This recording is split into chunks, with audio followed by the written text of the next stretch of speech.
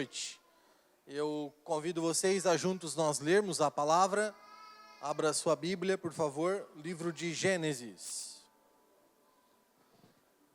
Livro de Gênesis. Bendito seja o Senhor. A revelação da criação, esse é o tema, esse é o assunto da minha ministração nessa noite.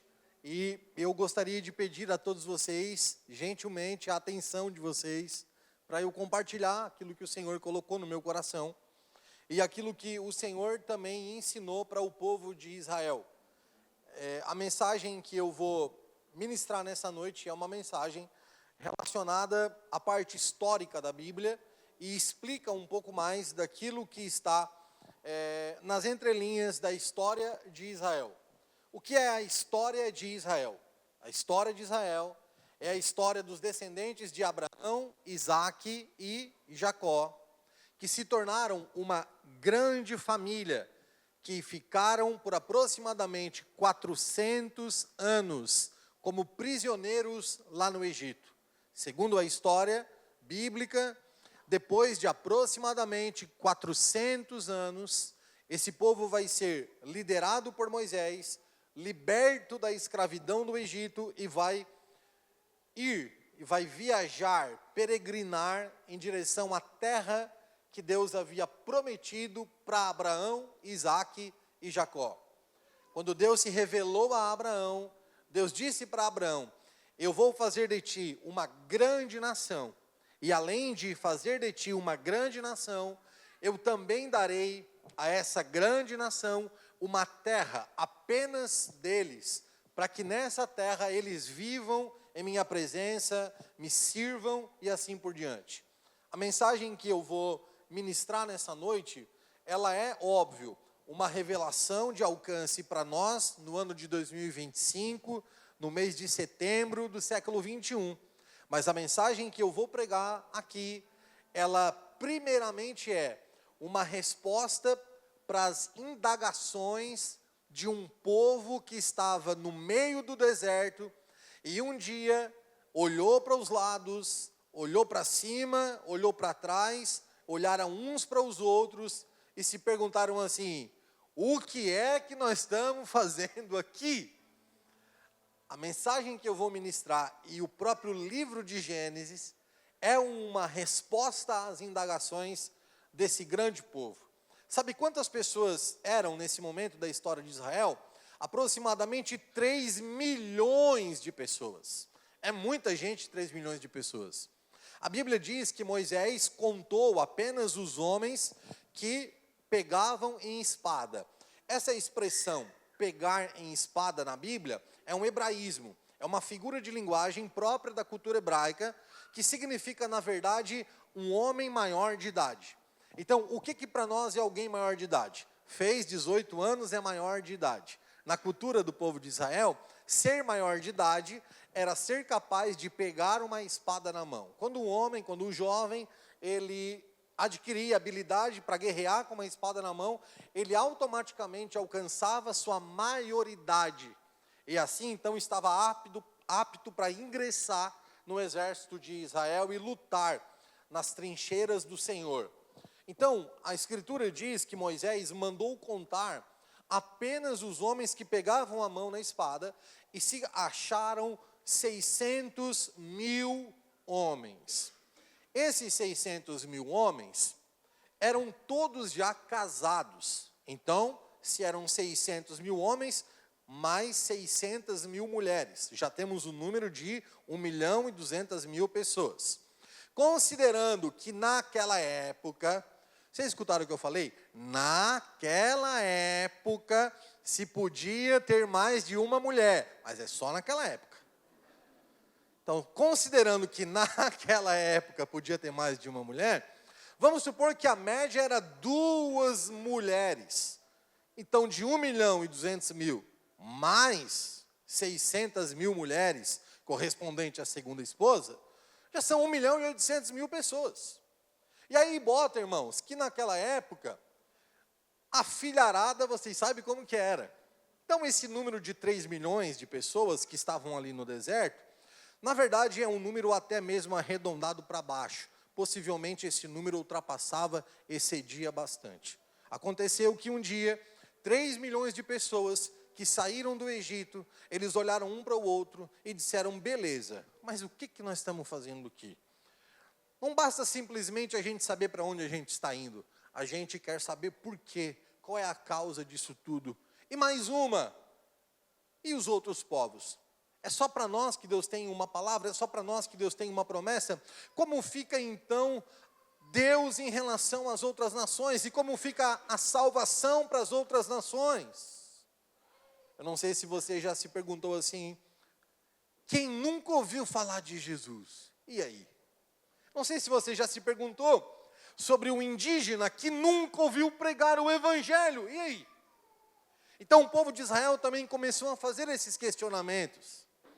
A ministração dessa noite e o próprio livro de Gênesis é uma revelação para o povo, é uma explicação, é um norte para toda aquela grande multidão que estava lá no deserto, caminhando em direção à terra prometida. Para isso, irmãos, eu quero ler com vocês o primeiro capítulo de Gênesis e falar sobre a revelação da criação.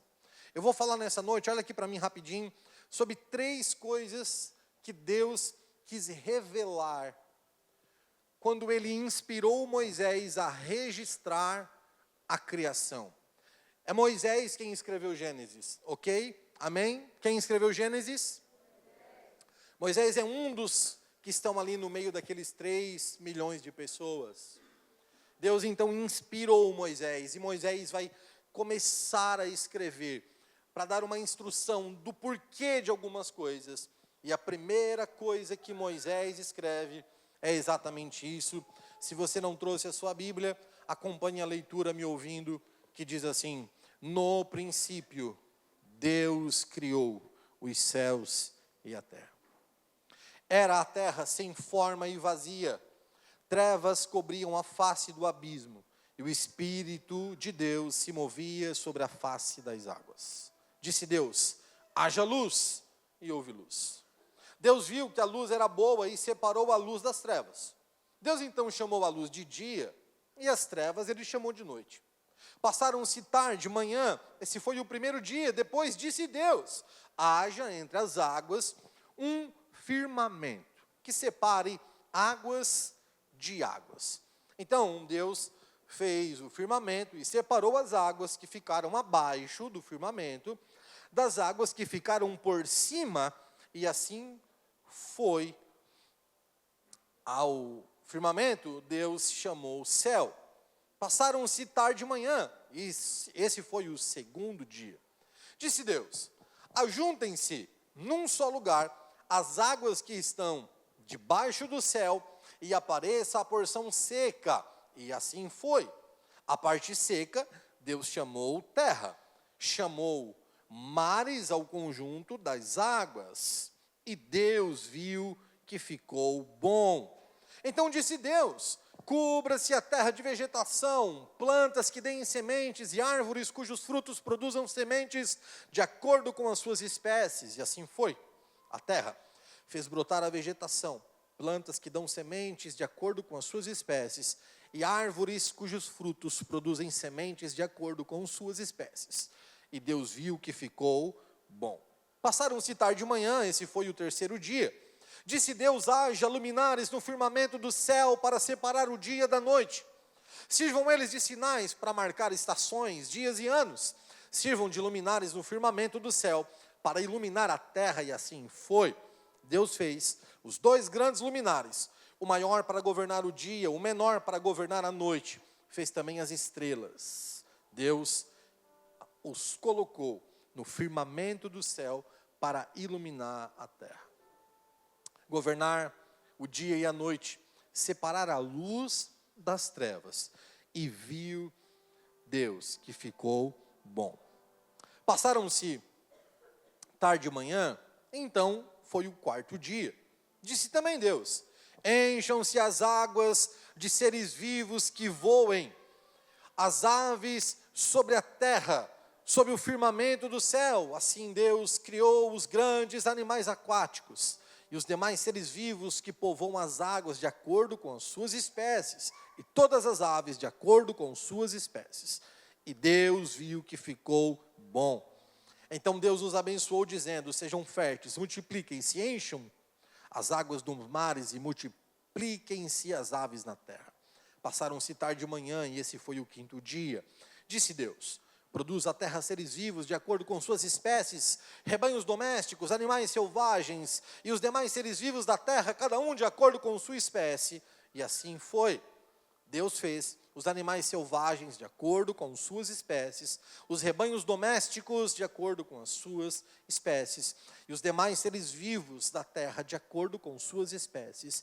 E Deus viu que ficou bom. Então disse Deus: façamos o homem à nossa imagem, conforme a nossa semelhança. Domine ele sobre os peixes do mar, sobre as aves do céu, sobre os grandes animais de toda a terra, e sobre todos os pequenos animais que se movem rente ao chão. Criou Deus o homem à sua imagem, a imagem de Deus o criou. Homem e mulher os criou. Deus os abençoou e lhes disse: sejam férteis e multipliquem-se, encham e subjuguem a terra.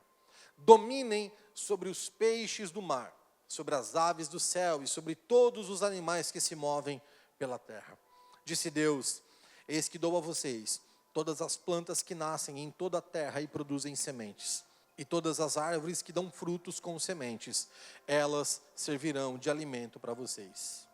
E dou todos os vegetais como alimento, a tudo que tem fôlego, a todos os grandes animais da terra, a todas as aves do céu, a todas as criaturas que se movem rente ao chão. E assim foi. E Deus viu tudo o que havia feito, e tudo havia ficado muito bom. Vou ler de novo. E Deus viu o que havia feito, e tudo havia ficado muito bom. Passaram-se a tarde e a manhã, esse foi o 6º dia. Obrigado pela sua paciência. Olhe para cá. Essa é a história, esse é o contexto. Eu gosto disso. Eu amo história. Meu aprofundamento bíblico sempre foi na parte histórica. Então eu busco sempre interpretar a Bíblia de acordo com a história e seus contextos históricos. Não tem como entender isso daqui se nós não entendermos que os receptores originais são aquele povo que estava lá no meio do deserto. Eu não sei se você vai receber muito bem o que eu vou dizer, mas com muita segurança e tranquilidade eu afirmo para vocês que quando Moisés escreveu essas coisas, Moisés não estava pensando em nós. Vou dizer de novo. Moisés, quando escreveu essas coisas, Moisés não estava pensando em nós. Moisés escreveu isso para um grupo específico, que era exatamente aquele grupo que estava no meio do deserto. Pastor, quer dizer então que a Bíblia não é para nós? Não foi isso que eu disse. Não coloque palavras na minha boca. Acontece que há um poder de Deus, inspirador do Espírito Santo, que faz com que a palavra perpasse as épocas e as gerações, e ela continue com o mesmo poder que havia feito efeito sobre aqueles primeiros receptores. Então a segunda geração, quando ouviu isso, ou quando leu isso, recebeu e foi impactada com o poder. A terceira geração, quarta, quinta, até chegar aos nossos dias, quando a gente lê isso, continua havendo poder nessas palavras. Se Jesus não voltar daqui 1000 anos, daqui 2000 anos, 3000 anos, todos aqueles que lerem a palavra serão impactados da mesma forma, porque a Bíblia é a palavra de Deus.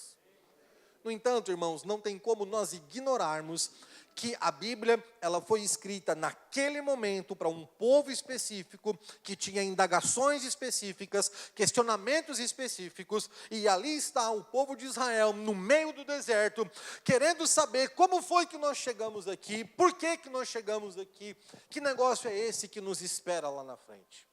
Então o Senhor inspira Moisés, e Moisés escreve essas palavras, e o Senhor quer revelar a Moisés que através da criação, em primeiro lugar, a criação é a autorrevelação de Deus para todos os povos. Essa é a primeira coisa que a gente precisa entender, que a descrição, os detalhes, o registro, o Gênesis capítulo 1, cada letra, cada palavra, cada frase, cada sentença, cada sílaba que está nesse conjunto de textos que nós acabamos de ler, ao longo de todo esse capítulo, todas essas palavras contêm a autorrevelação de Deus, porque é na natureza que Deus se revela para a humanidade que não tem acesso à lei de Moisés ou ao evangelho do Senhor Jesus. Veja bem, o que vai acontecer com um índio que nunca ouviu pregar o evangelho? E ele também nunca ouviu sobre a lei de Moisés. Veja bem, o que vai acontecer com as pessoas que elas nunca ouviram nada a respeito da Bíblia, elas nem sequer sabem que existe uma Bíblia. O que você acha? Que Deus simplesmente pegará todas essas pessoas, lançará elas no inferno, para elas virarem churrasco humano para o resto da eternidade? É claro que não. Não seria justo Deus condenar pessoas ao inferno, já que elas não tiveram a mesma revelação que eu e vocês tivemos. Como então, pastor, Deus vai tratar essas pessoas no dia do juízo? É exatamente essa a pergunta daquelas 3 milhões de pessoas, entenda isso por favor. Elas estão questionando e dizendo, o que vai ser das nações que não ouvirem isso? Se essa aliança é para nós, se essa aliança é conosco, se essa aliança é para o descendente de Abraão, Isaque e Jacó, se a salvação é prometida para nós e por meio de nós, como então essas outras nações alcançarão a salvação?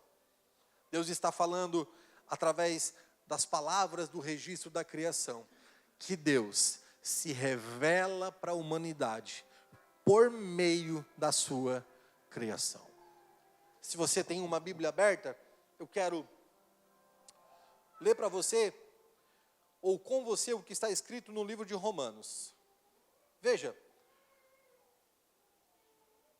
no capítulo 1, versículo 19 diz assim: pois o que de Deus se pode conhecer é manifesto entre eles, porque Deus lhe manifestou. Pois desde a criação do mundo, os atributos invisíveis de Deus, o seu eterno poder e a sua natureza divina, têm sido vistos claramente, sendo compreendidos por meio das coisas criadas, de forma que tais homens são indisculpáveis. Você entendeu o que Paulo está dizendo? A natureza, ela revela que existe um Criador. A natureza, ela revela que existe um Deus no céu, com sua inteligência, com sua capacidade soberana, de fazer com que na mente do ser humano, na consciência do ser humano, esteja a revelação do Deus Todo-Poderoso. Olha aqui para mim, por favor, não se distraia com as crianças, olha aqui. Aquele povo está no deserto dizendo, se a revelação é para nós, se a lei é para nós, se a aliança é para nós, o que então acontecerá com os outros povos? Deus está dizendo, quando os outros povos que não receberem a lei e não receberem o evangelho, quando esses outros povos olharem para a criação, eles contemplarão a minha glória. Você já leu o Salmo 19? O Salmo 19 diz, os céus anunciam a glória de Deus e o firmamento, as obras das suas mãos.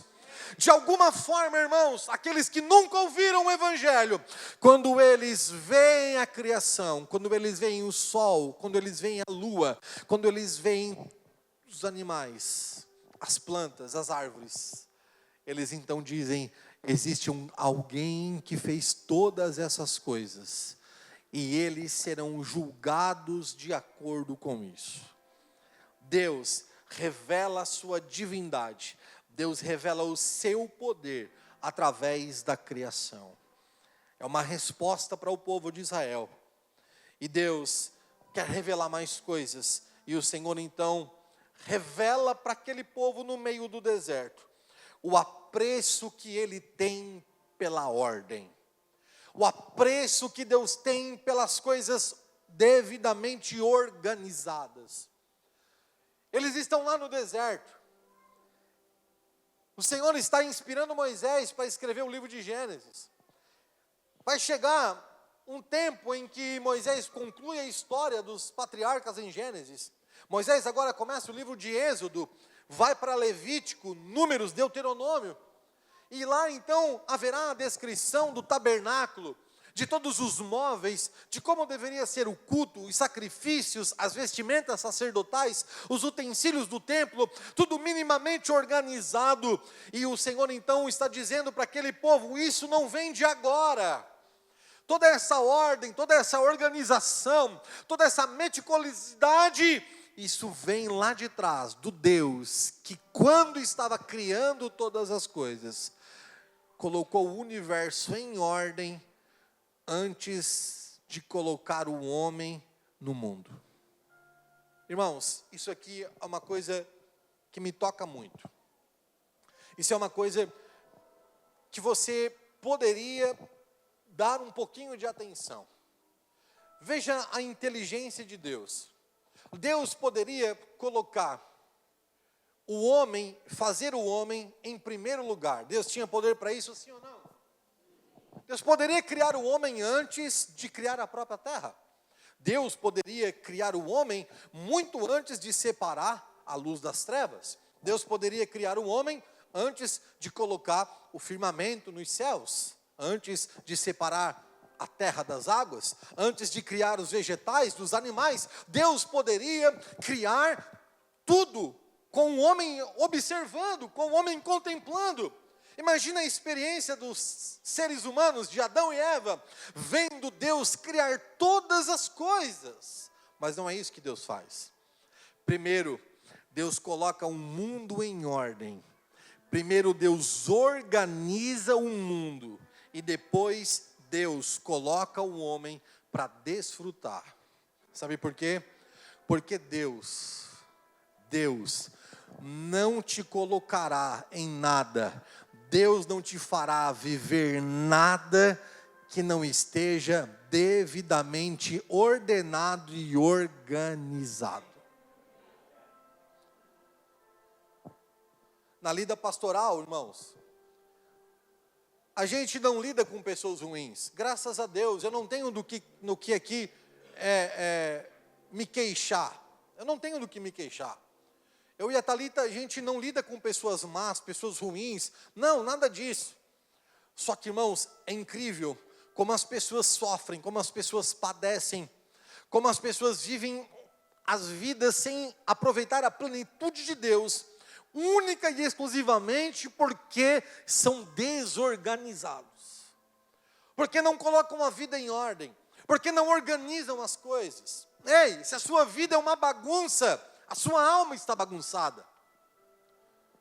Com todo carinho e respeito, se a sua vida é uma bagunça, é porque a sua alma está uma bagunça. Nós, irmãos, refletimos o mundo exterior, ou no mundo exterior, aquilo que está no nosso mundo interior. Quando Jesus estava no barco e estava uma grande tempestade do lado de fora, e a Bíblia diz que Jesus estava dormindo, os discípulos vão acordar Jesus e dizer: Jesus, tu não te importa que nós vamos morrer nessa tempestade? E a Bíblia diz então que Jesus acorda, e Jesus simplesmente expôs a paz que estava dentro dele, e tudo se fez bonança.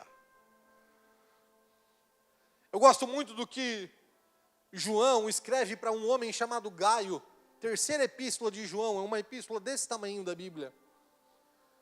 E João diz a Gaio: amado, eu rogo que tudo te vá bem, assim como bem está a tua alma. Olha o que João está dizendo para Gaio: Gaio, fica tranquilo, se a tua alma está em paz, ao redor de ti haverá paz. Se a tua alma está em ordem, ao redor de ti haverá ordem. Se emocionalmente tudo está organizado, ao teu redor tudo estará organizado.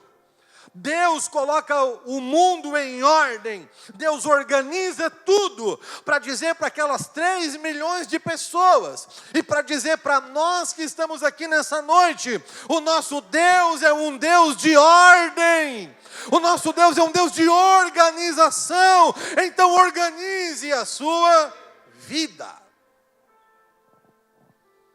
organize sua vida. Suas demandas familiares você ignora, isso está errado. Suas demandas profissionais você empurra com a barriga, isso está errado. As suas responsabilidades espirituais é um desleixo, isso está errado. Sua responsabilidade como esposo, como esposa, como pai, como filho, tudo misturado. Não há tempo para nada, ou há o mesmo tempo para tudo. É conversando com o filho, mexendo no WhatsApp. É trabalhando enquanto faz outra coisa. É fazendo outra coisa enquanto faz outra coisa. E a vida é assim. E a cabeça não para. Sabe por que você não dorme bem à noite? Porque o seu cérebro não desliga. Por causa da sua agenda intensa durante o dia. Então o seu cérebro não apaga. E fica aquele turbilhão de sonho. Aí você sonha cada coisa que você mesmo diz: meu Deus do céu, nem eu entendi o que eu sonhei essa noite. Porque a sua vida está a 1000 por hora. Porque a sua vida está toda desorganizada. E Gênesis está aqui para dizer: o Deus que criou todas essas coisas, Ele primeiro separa a luz das trevas. Depois, Ele vai criar o que vai governar o dia, o que vai governar a noite. Não é ao contrário. Existem coisas que são prioritárias. Deus não fez os animais antes de fazer a vegetação. Sabe por quê? Porque vegetação não come animal, mas animal come vegetação. Vocês entenderam? Isso é muito simples. Isso é uma coisa muito simples, muito óbvia, e você talvez pergunte: meu Deus do céu, eu saí de casa para ouvir isso?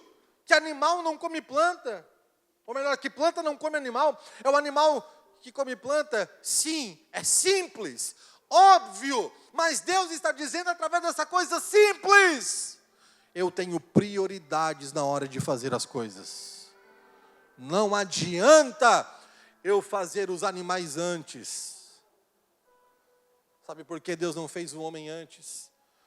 Porque antes o homem precisava de oxigênio, o homem precisava de alimento. O homem precisava de tudo que Deus fez antes de fazer o homem. Porque o nosso Deus é um Deus de ordem, organização. Organize a sua vida. Estabeleça as suas prioridades. Reveja os seus conceitos daquilo que você deve se dedicar mais. E sabe de uma coisa incrível? É que as pessoas, elas, quando tentam minimamente organizar as suas vidas, fazem as suas listas de prioridade. E tem coisas que realmente não são prioridade. Tem coisas que realmente não estarão no topo da lista. Mas simplesmente, por não estar no topo da lista, elas tiram da lista. Conversei recentemente com uma pessoa sobre servir. Vou dar só um exemplo do servir, do culto, do alimentar o espírito, do alimentar a alma. E a gente estava conversando sobre prioridades. Chegamos juntos numa conclusão que Deus nem deve estar na lista. Eu aprendi isso com o Mauro Baima. Deus é a própria lista. Então, na nossa lista, o que estará como prioridade? Óbvio que é a nossa família. A minha esposa, filhos, é a prioridade. No topo da lista tem que estar a sua família. Segundo, o seu trabalho. Sim, o seu trabalho é mais importante do que a igreja. Se você aprendeu que a igreja é mais importante do que o seu trabalho, você aprendeu errado. O seu trabalho é mais importante do que o culto. O seu trabalho é mais importante do que a igreja. Ser um bom funcionário é melhor e mais importante do que ser um bom músico, prestador de serviço. Se você é autônomo, ser um bom prestador de serviço é mais importante do que ser um bom pregador. Porque o nosso trabalho é o que vai gerar o sustento para a nossa família, que é a prioridade. E aí sim, nós poderemos colocar em terceiro lugar o que a gente faz na obra do Senhor. O que a gente serve, o talento que Deus nos deu para servir na sua obra. Aí sabe o que tem gente que faz? Tem gente que faz assim, ó. Então já que em terceiro lugar está o que eu faço para o Senhor, então eu tiro da lista. Já que é o terceiro, eu tiro da lista, eu corto. Vida desorganizada. Quando você estabelece prioridades, não significa que as coisas que estão no fim da lista também não precisem ser feitas. Acontece é que as pessoas têm a vida tão desorganizada, que elas não encontram tempo para fazer todas as coisas que são necessárias e acabam sacrificando coisas que não eram para ser sacrificadas. Só que você chegou aqui nessa noite, Deus te trouxe aqui para você aprender que você deve organizar a sua vida, para que você consiga em 24 horas, para que você consiga em 7 dias da semana, para que você consiga em 30 dias do mês, fazer todas as coisas que o Senhor espera de você. Obrigado por esse amém michuruca que você deu. Quando você diz, eu não tenho tempo para orar. Eu já disse isso aqui, vou dizer de novo. Quando você diz, eu não tenho tempo, pastor, no meu dia não sobra espaço para ler a Bíblia. Quando você diz isso, você está dizendo assim, ó, o Criador não foi tão inteligente assim. O Criador deveria ter feito 25 horas. Se o Criador tivesse feito 25 horas, aí sim eu teria tempo para orar, para ler a Bíblia e para me relacionar com Ele. Mas como Ele errou, como Ele fez só 24 horas, então eu não tenho tempo para Ele. Deus não errou. Deus fez 24 horas. Porque na inteligência de Deus, Deus sabe que em 24 horas tem como você dormir, tem como você trabalhar, tem como você dar atenção para quem você ama, mas também tem como você dar atenção para o teu Deus, o teu Criador. Sabe o que está faltando para você? Organização. Sabe por que a sua Bíblia está empoeirada? Se é que você ainda tem uma Bíblia. Sabe por que você não lê? Porque você é desorganizado. Sabe por que você não tem um tempo para fazer uma reflexão, uma oração, uma intercessão? Porque você não organiza a sua vida e você inverte a pirâmide e você coloca na frente coisas que não são tão importantes assim. Mas essa semana eu convoco essa igreja a organizar a sua agenda. Quantos aceitam esse desafio? Amanhã é segunda-feira e você vai organizar a sua semana.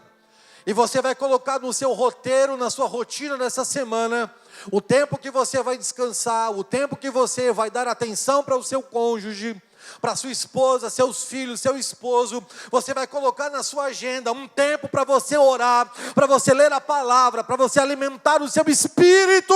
E você ainda vai chegar aqui domingo que vem e vai dizer assim, pastor, eu quero servir na igreja. Vocês estão aqui ainda ou foram embora?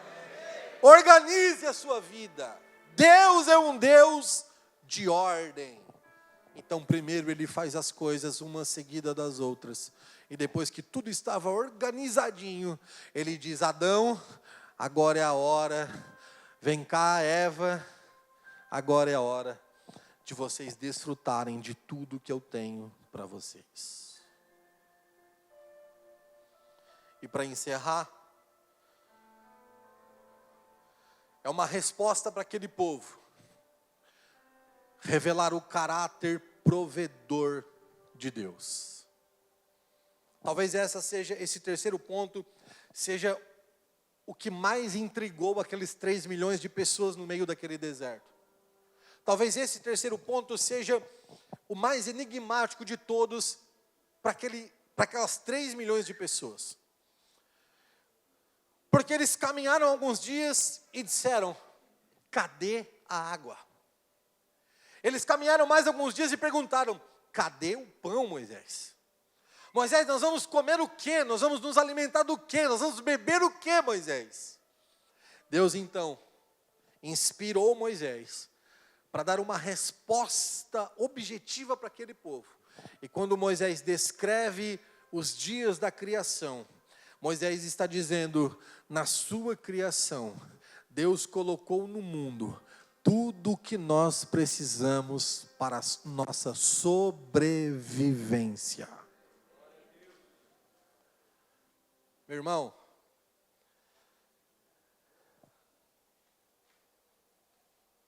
posso falar? Deus não tem compromisso com nossos sonhos pessoais. Deus não tem compromisso com nossas aspirações pessoais. Deus não tem compromisso com essas coisas. Mas, porém, todavia, no entanto, Deus está 100% comprometido em entregar tudo aquilo que você precisa. O registro da criação revela que Deus não vai dar na minha mão tudo o que eu quero, mas Deus vai dar na minha mão tudo o que eu preciso. De onde vem a roupa que nos aquece? Da natureza que Deus criou, sim ou não? De onde vem o calçado que você está calçando? Da natureza que Deus criou, sim ou não? De onde vem os materiais que construíram a casa onde você mora? Da natureza que Deus criou. Tudo vem da natureza que Deus criou. Até o carro que nós andamos. Tudo é retirado da natureza que Deus criou. Há uma grande guerra, não sei se você gosta do assunto de geopolítica, mas há uma grande guerra comercial entre as grandes potências mundiais, por causa de algo chamado nanotecnologia. Nanotecnologia. Estados Unidos e China. Uma briga, uma guerra não convencional. Não é uma guerra de armas, de fogo, de bala, de revólver, de canhão, de míssil. É uma guerra não convencional. É uma corrida contra o avanço da tecnologia. Porque essas grandes nações sabem que aqueles que mais tiverem tecnologia e dominarem tecnologia serão os mais poderosos no amanhã. E de onde que vem toda a matéria-prima para essa grande tecnologia que o mundo busca? Da natureza. Porque quando Deus estava criando, Gênesis capítulo 1, em todos esses versículos que a gente leu, Deus está revelando tudo que os homens precisarem, estarão aqui no que eu estou criando. Deus sabe do que você precisa. Deus também sabe do que você quer. Mas Deus não assumiu nenhum compromisso. Até porque, irmãos, os nossos sonhos, meu Deus, como a gente é um ser volátil. Quantos aqui já sonharam coisas que hoje olham para trás e sentem até vergonha do que sonharam? Não levante a mão para não ficar feio para você. Mas eu sou um, que eu já quis coisas assim muito. E eu olho para trás e eu digo assim: Deus, obrigado por não ter respondido aquela oração. Sabe por quê? Porque Deus não se compromete com as coisas que eu quero, mas Deus se comprometeu com aquilo que a gente precisa. Não faltou pão no deserto e não vai faltar pão para você.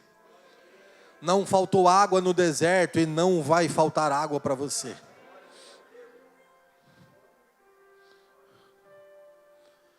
Quando o povo clamou por água, Moisés escreveu: ele fez as águas irem para cima da expansão. Quando o povo clamou por pão, ele escreveu: Deus fez as plantas, a vegetação, entre elas o trigo. Quando o povo disse: nós queremos comer carne, Moisés escreveu: Deus fez todos os animais que estão na face da terra para a gente se alimentar. Eu não sei se eu estou conseguindo fazer esse link. A necessidade de Israel e o que está escrito em Gênesis. Deus está dizendo: tudo que vocês indagam e questionam e precisam, está tudo aqui. O que faltava para aquele povo? Confiança. O que falta para nós? A mesma coisa. Nos falta confiar em Deus. Nos falta crer no caráter provedor de Deus. Eu tenho uma mensagem profética para vocês nessa noite. Que não vem de mim, que vem da própria Bíblia, porque essa é a maior profecia de todas, é a palavra. Não faltará pão na sua mesa. Não faltará água para saciar a sua sede. O Deus que criou todas as coisas, colocou na criação tudo aquilo que nós precisamos. Israel passou pelo deserto e nós também passaremos. Israel chegou na terra prometida e nós também chegaremos. Tudo está aqui. Deus é um Deus provedor. Descansa o teu coração. Descansa o teu coração. Entregue sua confiança ao Senhor. Diz o Salmo: confia nele e ele tudo fará. Tudo o quê? Tudo aquilo que nós precisamos. Paulo disse: eu aprendi a estar contente. Contentamento é algo que se aprende. Contentamento não é algo que você compra na Shopee. Contentamento é algo que você aprende. Nós precisamos aprender a ter contentamento, irmãos. O Senhor nessa noite quer arrancar essa insatisfação de dentro do seu coração. Oh, irmãos, eu sinto graça de Deus em dizer isso aqui. Para algumas pessoas, Deus quer arrancar essa insatisfação de dentro de você, que nada está bom, que sempre tem palavras negativas, que sempre tem observações a fazer, que sempre tem reclamações a fazer. Deus está colocando dentro de você a capacidade de aprender sobre contentamento e entender que tudo aquilo que nós precisamos, o Senhor já criou, a provisão já existe, o Senhor trará sobre nós, o Senhor vai nos abastecer de tudo aquilo que precisamos. Pastor, mas e os meus sonhos? Deus não tem nenhum problema com os seus sonhos. Só não cobre Deus de coisas que não foi Ele que sonhou. Amém ou não amém? Não cobre Deus de coisas que não foi Ele que sonhou para você. Não coloque Deus na parede por coisas que Ele não te prometeu. Não indague a soberania do Senhor por coisas que Ele nunca disse que te daria. Deus, irmãos, está comprometido em prover tudo o que eu preciso, mas não necessariamente tudo o que eu quero. Essa onda desse evangelho coach, essa onda desse evangelho de promessa, de oba-oba, essa onda desse evangelho fácil, desse evangelho barato, que levou o evangélico brasileiro a ver Deus como um mordomo, como se os céus fossem um imenso balcão, cheio de bênçãos, aonde eu coloco meu umbigo e digo: aquela prateleira tem tal coisa, vai lá buscar para mim, porque se tu não for lá buscar, também eu não vou mais te servir e eu me desvio. Sabe o que Deus fala para você? Pois se desvie então. Sabe o que Deus fala para você? Pois então vá. Porque Deus não está comprometido com meus caprichos pessoais. Deus está comprometido com a provisão necessária para a minha subsistência. É hora, irmãos, de nós crescermos na fé. É hora de nós crescermos em maturidade. E se alguma aspiração, se algum sonho, se algo que almejamos alcançarmos, glória a Deus. Mas se não alcançarmos, glória a Deus também. Se der certo, glória a Deus. E se não der certo, glória a Deus também. Amém? Fique de pé então.